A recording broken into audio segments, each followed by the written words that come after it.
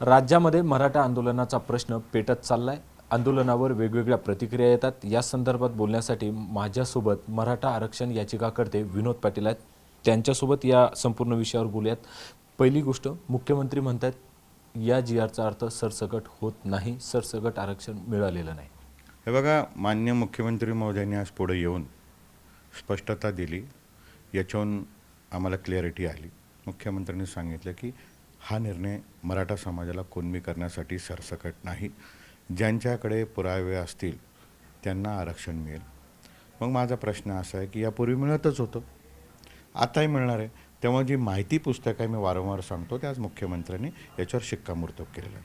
त्यामुळे भुजबळ साहेब असतील, इतर ओबीसी नेते असतील, यांनी समजून घेतलं पाहिजे की मराठा समाजाला काहीच दिलेलं नाही हे मुख्यमंत्री सांगतात. त्यामुळे विनाकारण राज्याचं वातावरण त्यांनी खराब करू नये.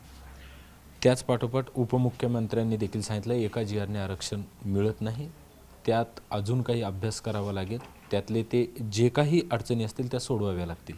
निश्चित उपमुख्यमंत्री महोदयांची जास्त जबाबदारी आहे. ते मराठा समाजाचे नेते आहेत आणि शिंदेसाहेबांनी पुढं आलं पाहिजे, जबाबदारी घेतली पाहिजे आणि मराठा समाजाला टिकणारं आरक्षण हे कसं देता येईल, हे कसं दीर्घकाळ टिकवता येईल याची जबाबदारी स्वीकारली पाहिजे.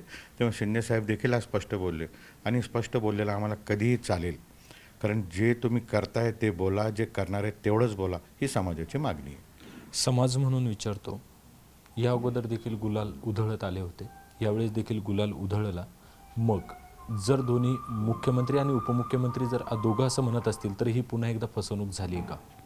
मी फसवणूक झाली, समर्थन झालं याच्यात मी जाणार नाही.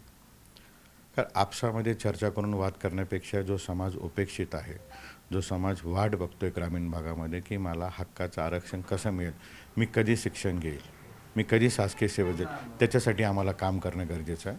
दादा मी थांबवतो. मी त्याच समाजाचा प्रश्न, त्याच समाज जो संभ्रमात आहे, त्याच समाजासाठी हा प्रश्न तुम्हाला विचारतोय. आता देखील फसवणूक झाली का? मग जर दोन्ही राजकीय नेते असं बोलत असतील आणि जर त्या जी-आरमधून आरक्षण मिळू शकत नाही, तुम्ही देखील जाहीर केलंय, तर मग हा गुलाल उधळणं ही फसवणूक पुन्हा एकदा झाली का? माझा सरळ प्रश्न. माझं याला सरळ उत्तर आहे. राज्याचा प्रमुख कोण आहे? मुख्यमंत्री. राज्याचा उपप्रमुख कोण आहे? उपमुख्यमंत्री. तर मुख्यमंत्री आणि उपमुख्यमंत्री येऊन जबाबदारीने हा स्टेटमेंट देत आहे. आम्ही कुठल्याही प्रकारचा असा निर्णय घेतलेला नाही ज्यामुळे मराठा समाज सरसकट कुणबी होईल. ज्यांच्याकडे पुरावे त्यांना आरक्षण मिळेल. यापेक्षा स्पष्टता आम्हाला काय पाहिजे? आता आमच्यासमोर प्रश्न काय आहे की आज 48,000 नोंदी मराठवाड्यात सापडल्या 8 जिल्ह्यामध्ये आणि आम्ही हैदराबाद गेजेटची ज्यावेळेस चर्चा करतो तर 48,000चं मल्टिप्लिकेशन होऊन किती होईल? तर आत्तापर्यंत लोकांनी 2 लाख लोकांनी 67 पासून तर 2025पर्यंत सर्टिफिकेट काढलेले आहे. बरोबर आहे. मग आता राहिलेल्या समाजाचं काय करायचं? मग राहिलेल्या समाजाला आरक्षणच नाही भेटलं पाहिजे का? तर त्यांनी कोणीही काळजी करू नये. जे रिझर्वेशन एकनाथ शिंदेसाहेब मुख्यमंत्री असताना मुंबई हायकोर्टात त्याच्यावर चर्चा सुरू आहे, ते टिकवण्याची जबाबदारी मी घेतो आणि मी ते टिकवून देतो. त्यामुळे कोणीही नाउमेद होऊ नका. राज्याच्या मुख्यमंत्र्यांनी आज स्पष्टता दिलेली आहे, उपमुख्यमंत्र्यांनी स्पष्टता दिलेली आहे. त्यामुळे आपसातल्या चर्चा, वादविवाद बंद करून सगळ्यांनी समोर लक्ष केलं पाहिजे. आता आपल्याला अजून काय मिळून घेता येईल त्याच्याकडे आपण प्रयत्न केला पाहिजे. राजकीय नेत्याकडून स्पष्टता आली, तशीच काही अभ्यासकांनी देखील खंत व्यक्त केली होती की यामध्ये काहीतरी वेगळं घडतंय, याने आरक्षण मिळणार नाही. त्यावर तुमचे मित्र जरांगे पाटील असं म्हणतायत की हे अभ्यासक देखील चाबरे आहेत, आता यांचे सल्ले घेतले तर नाही घेतले तरी त्यांना राग येतो, पण आता मला यांचे सल्ले घ्यावे लागणार नाही. याकडे कसं बघतो? हे बघा, तो त्यांचा वैयक्तिक प्रश्न आहे, त्यांनी कोणाचा सल्ला घ्यावा काही घ्यावा नाही. मी सगळ्या अभ्यासकांचा सन्मान करतो आणि मी आयुष्यामध्ये सगळ्यांचा सन्मान करतो. त्यांचा त्याग आहे, त्यांचे योगदान आहे, ते पुस्तकं वाचता आणि ते आपले मतं व्यक्त करतात. ते मतं व्यक्त प्रसिद्धीसाठी करता का? तर नाही. त्यांच्यावर समाजाची जबाबदारी आहे. समाज त्यांना विचारतो याचा अर्थ काय होतो. परंतु आता अभ्यासकांचा देखील प्रश्न आता संपलेला आहे. मुख्यमंत्र्यांनी पुढे येऊन सांगितलेलं आहे, ज्यांचा कागद आम्ही घेऊन चर्चा करतो या खरा आहे खोटा आहे याचा उपयोग काय, त्यांनी स्पष्टता दिलेली आहे की मी कुठल्याही प्रकारे सरसकट मराठा समाजाला कुणबीत टाकलेलं नाही. शिंदे समितीला जो अहवाल विभाग आयुक्ताकडून गेलेला आहे त्यात 42-48,000 नोंदी आहे. याच्यापेक्षा स्पष्ट उत्तर मला वाटत नाही की समाजाला अजून काय अपेक्षित आहे. हे आरक्षण मिळत नाही तोपर्यंत एकच मार्ग मोकळा आहे, तो म्हणजे ACBCचा.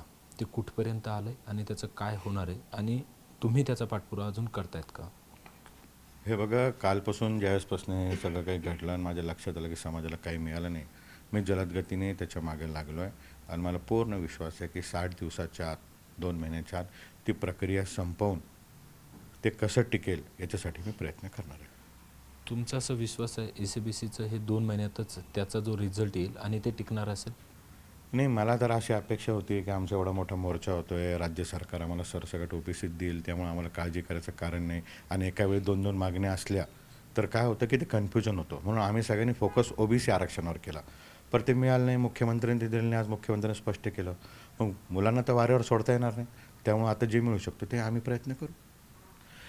नक्कीच OBC समाजात आमचा समावेश होईल असं वाटत होतं, मात्र त्या लढाईतून काही निष्पन्न झालं नाही. आता जेव्हा कळालं तेव्हा आम्ही SCBCसाठी प्रयत्न करणार आहोत आणि 2 महिन्यामध्ये त्याचा रिझल्ट येऊन ते टिकणारं आरक्षण असेल असंही त्यांचं मत आहे. अविनाश कानडजे, व्हिडिओ जर्नलिस्ट सुधीर जाधवसह मी अविनाश कानडजे, न्यूज 18 लोकमत, छत्रपती संभाजीनगर.